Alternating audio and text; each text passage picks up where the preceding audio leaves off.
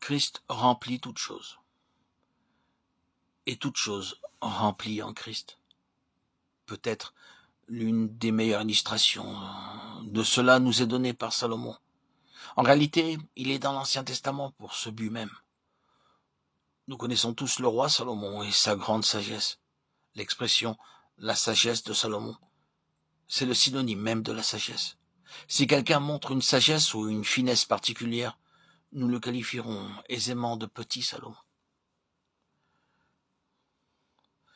J'ai lu récemment dans un journal l'histoire suivante. On racontait dans une classe de garçons l'incident de l'exécution de Jean-Baptiste.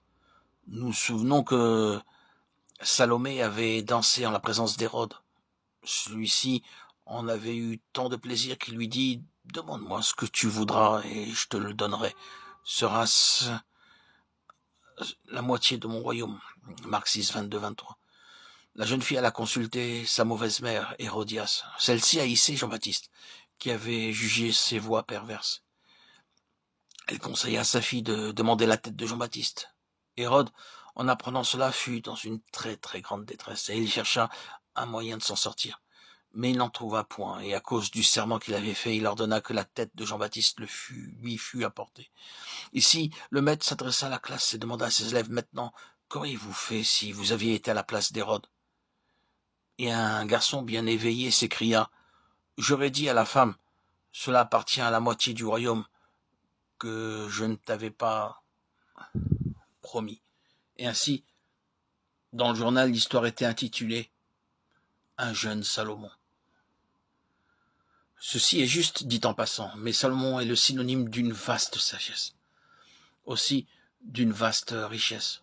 Nous avons lu au sujet des richesses de Salomon d'une vaste puissance, car son royaume dépasse en étendue tous les royaumes qui avaient existé en Israël, et d'une vaste gloire. Le Seigneur Jésus lui-même en parla. Elle était proverbiale. Il dit Salomon même dans toute sa gloire, Matthieu 6, 29. Et nous lisons que lorsque la reine de Séba vient voir elle-même tout cela, son verdict fut « On ne m'en a pas dit la moitié » 1 Roi 10, 1, 7. Elle avait entendu des récits étonnants, mais cependant, on ne lui en avait pas dit la moitié. Or, le peuple de Salomon était au milieu de toute cette richesse. Il se trouvait dans la bénédiction de tout cela. En un certain sens, toute cette richesse était aussi dans le peuple. Salomon ne serait pas arrogé le droit d'avoir tout cela pour lui-même, mais on pouvait voir tous ses biens dans les vies et les maisons de son peuple. Le peuple était dans la grandeur de Salomon, mais la grandeur de Salomon était aussi dans le peuple. Or, Jésus dit dans le Nouveau Testament, il y a ici plus que Salomon. Matthieu 12, 42. Christ surpasse infiniment Salomon et par conséquent le peuple de Christ est dans la même mesure plus grand que le peuple de Salomon. Sa plénitude doit être l'héritage de son peuple doit être dans sa plénitude et sa plénitude doit se trouver en son peuple. C'est le dessein de Dieu. Ce que Dieu a voulu, c'est avoir un peuple qui, finalement, soit dans une grande prospérité, une grande opulence, de grandes richesses spirituelles, une grande gloire spirituelle. Nous sommes appelés, dit la parole de Dieu, à sa gloire éternelle. 1 Pierre 5, 10. C'est là, brièvement et très simplement, le dessein de Dieu. Oui, il y a des principes qui gouvernent la vie chrétienne. Il est excessivement important que nous le reconnaissions, car il est impossible, sans les principes, de réaliser le dessein. Les principes sont fondamentaux pour le dessein, et ils le gouvernent. Nous avancerons de manière progressive dans le dessein, et nous ne l'atteindrons finalement que par le moyen des principes divins. Si donc le dessein s'est saisi de nos cœurs, et que nous y répondions en disant « Oui, c'est une chose merveilleuse que d'être appelé selon ce dessein, et mon désir est d'y parvenir », il est nécessaire de connaître les principes qui le gouvernent, des principes qui sont indispensables au développement et à la réalisation du dessein. Le premier principe fondamental du dessein, c'est la croix de notre Seigneur Jésus-Christ. La croix a deux côtés, ou bien elle opère de deux manières. Elle a premièrement un aspect extérieur, c'est-à-dire ce qu'elle signifie pour nous. Ensuite, elle a un aspect intérieur, ce qu'elle signifie en nous. Ces deux côtés de la croix représentent une grande partie de l'enseignement du Nouveau Testament.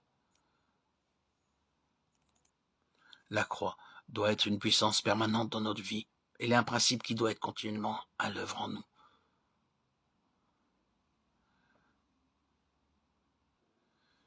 Il y a d'un côté ce que la croix signifie en elle-même, une fois pour toutes, et il y a d'un autre côté ce que la croix demande de nous.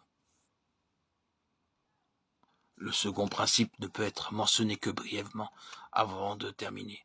C'est en vérité un principe très important. C'est celui de la relation entre chrétiens. Car aucun chrétien individuel ni aucun nombre de chrétiens en tant qu'individus séparés et isolés ne peuvent arriver à la plénitude de Christ. En vérité, lorsque nous y pensons, cela va sans dire. Si Christ est aussi grand que nous le percevons, comment un chrétien individuel pourrait-il y parvenir? C'est un non-sens que de le suggérer. Ce serait une arrogance que d'y penser. Il faudra une vaste multitude de chrétiens pour atteindre cette plénitude. Mais ils n'y parviendront jamais en tant que multitude d'individus. Nous le voyons, la grande conception qui nous est révélée dans le Nouveau Testament du corps de Christ est celle de chrétiens assemblés. Nous n'avons qu'à penser un instant à notre corps. Nous savons bien qu'aucun des membres de notre corps ne grandira s'il est séparé des autres. Il faut non seulement tous les autres membres, mais tous les membres unis pour faire un corps. Il ne peut pas y avoir de développement d'un membre, ni des membres, ni du corps dans son ensemble, sans les articulations. Nous ne pouvons pas avancer l'un sans l'autre. Notre vie spirituelle dépend de notre relation l'un avec l'autre. Le maintien de cet ajustement de l'un avec l'autre est le secret de la croissance spirituelle. Si Satan peut réussir son coup de maître en séparant les chrétiens, il aura effectué leur arrêt spirituel. Et il en est toujours ainsi. C'est ce qu'il cherche. Les divisions sont le chef-d'œuvre du diable, qui est contre le but final de Dieu, la plénitude de Christ. Et je voudrais terminer cet audio en mentionnant simplement un troisième principe. C'est le principe de la pureté de cœur. Vous et moi, nous ne grandirons pas dans tout l'accroissement de Christ vers la plénitude de Christ, à moins de maintenir un esprit très pur. Je veux dire par cela un cœur ouvert, un cœur libre de préjugés, libre de toute méfiance, un cœur prêt à recevoir, capable de s'ajuster, un cœur qui ne soit pas fermé définitivement à cause de l'éducation reçue. Si le Seigneur a plus de lumière et de vérité à révéler de sa parole, nous sommes ouverts à cela. Nous ne sommes pas arrivés à une position finale où nous pensons tout savoir, où nous possédons tout, où nous sommes fixés. Un esprit pur signifie un cœur ouvert, disponible, prêt à répondre spontanément à tout rayon de lumière que Dieu nous donne dans une obéissance instantanée et spontanée, sans aucun argument. De cela dépendent beaucoup plus de choses que nous ne pouvons l'imaginer.